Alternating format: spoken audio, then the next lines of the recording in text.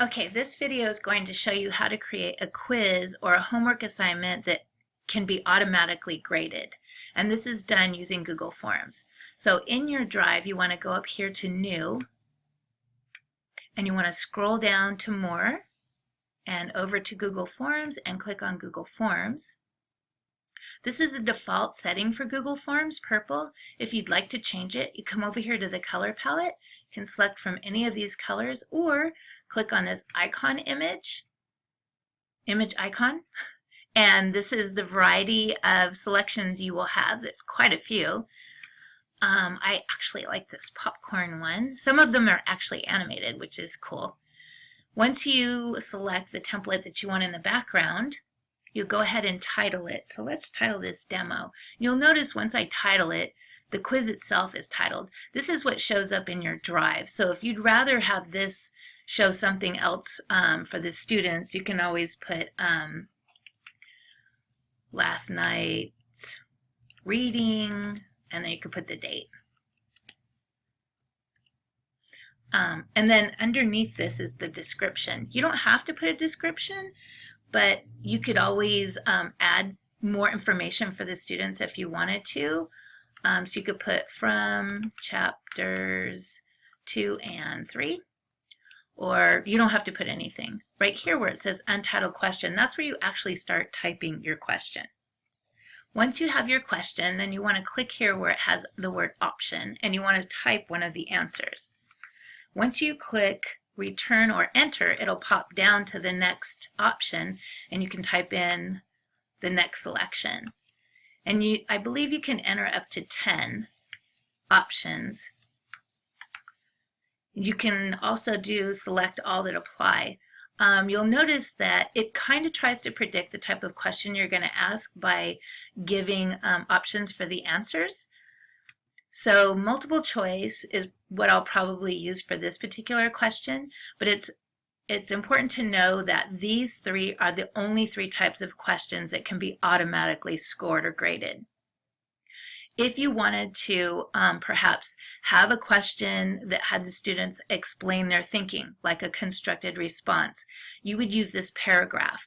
It doesn't automatically grade that, but you can enter a point value, and after it automatically scores the questions you have that can be automatically graded, you can go in and manually assign a score to each of the questions that are paragraph style. Short answer is for just possibly like a name or a date or just like a few words. A paragraph would be used for explaining thinking or something much more lengthy. So once we have our question, we want to scroll down.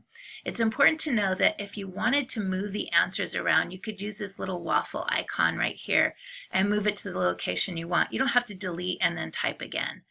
Add other actually means add other, where the students would type in another color for this guy. These little image icons that keep showing up, the mountain range, if you had a student who had limited English or an emergent reader or with disabilities, you could actually add a block for yellow. So this would be a yellow, a blue, a red, and that would help them match the color or the image with the actual word. So that's something else you can add. You always want to make your questions required. If you don't, students can skip the question and submit, and you want to make sure that they answer each of the questions. So let's go ahead and look at this menu right here. Here we have where you can add another question. The two T's are for your title and description. Here's your image icon for adding an image to the entire question, and it would appear before your first answer. Here is where you can add a video and then possibly a question after the video. And this pause symbol is actually add a new section. So for example, if you wanted to have multiple choice, check all the boxes, or drop down menu questions that were automatically graded, and then you wanted a new section for your paragraph answer, you would click right here and then add that question. So let's go ahead and add a second question. So as you can see, I've typed a question. It's assuming it's a multiple choice until I type check all that apply. And you will see that it changes. It's predicting the type of question I'm going to ask. And again, with checkboxes, you can also have multiple answers. You can with the multiple choice as well, just not the drop down. So let's add some answers. Okay, so we have our answers. We want to go ahead and make sure this one is required also. And let's add a third question. Now, because I put for this question, fill in the blank for this popular rhyme, the quiz automatically thinks it might be a short answer. So it's giving me a short answer response. But I actually want this to be a drop down. So we'll go up here and we'll click drop down. And then we can put in the only one correct answer and some possible incorrect answers. Okay, and now we have our 3 questions. So let's go ahead and make this a quiz. So we're going to go up here to the settings gear wheel and click on that. And let's go through the settings. First, we want to make sure that it collects the student's email address so we can be sure we know which answers belong to which students. And we want to make sure we click limit to 1 response so that they can't change their answer. They find out from a friend that they answered something incorrectly. Now, if this were a quiz, you may want to shuffle the order of the questions so that if you were concerned if a student was looking over another student's shoulder, that's an option. The progress bar is if you have different sections, so I would say more than 2 sections, you might consider a progress bar.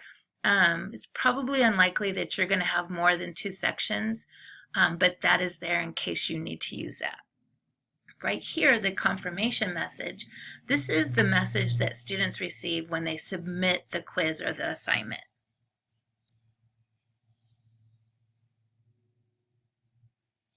So this is a typical confirmation message that you could include if it was actually a quiz during class.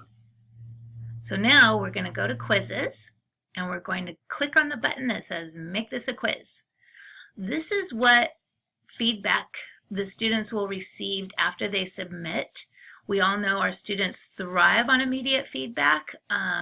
Texting, they're waiting for the response. They put something on social media, they're waiting for the thumbs up or the ha-ha or a comment. So our students nowadays thrive on that immediate feedback. So I would suggest that that's a good idea unless maybe you do have a constructed response and you don't want them to get feedback until you're finished looking over all of those. They can get the feedback on the automatically graded questions, and then knowing that that is something you'll be going over later and they'll get that feedback later. So it's entirely up to you. This is what students can see. They can see the questions they missed, they can see the correct answers, and they can see the points that they've gotten, because you'll be able to assign points to each of the questions. I'm going to uncheck correct answers because I really don't want that being disclosed. And then I'm going to click save, always save. Now you can see that this little star next to the questions means that it is required. That's one way to check that. We're going to go ahead and click on the question to activate the answer key option. So we'll click on answer key and we're going to select the correct answer. Then we're going to give it a point value. 1 correct answer will give it 1 point. I also want to point out that you can edit your questions. You don't have to go out of the answer key feature.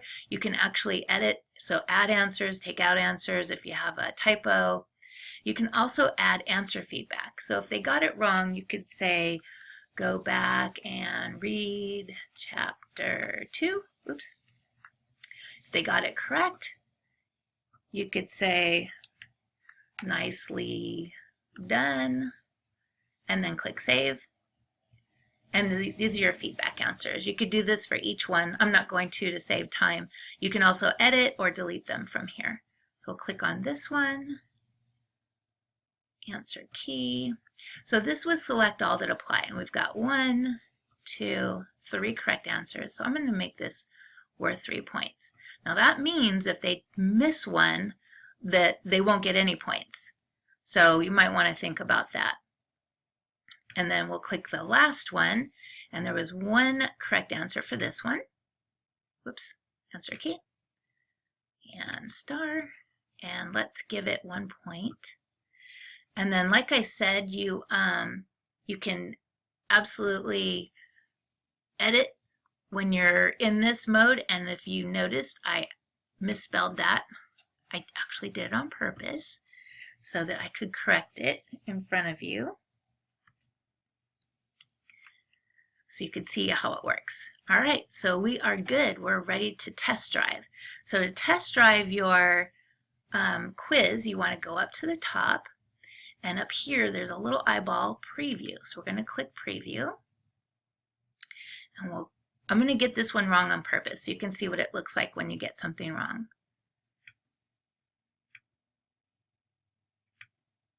And then this one is our drop down, and the answer is star. And now I'm going to submit. Let's see. I also wanted to show you, let's see, oh, when they submit is when they get the feedback. So now this is what it looks like. Thank you for your hard work. Please read a book until everyone's finished. View your score. And I see my total points right here. And I can see that I got the first one wrong. Doesn't tell me what the correct answer is, but here's my feedback. Go back and read chapter 2.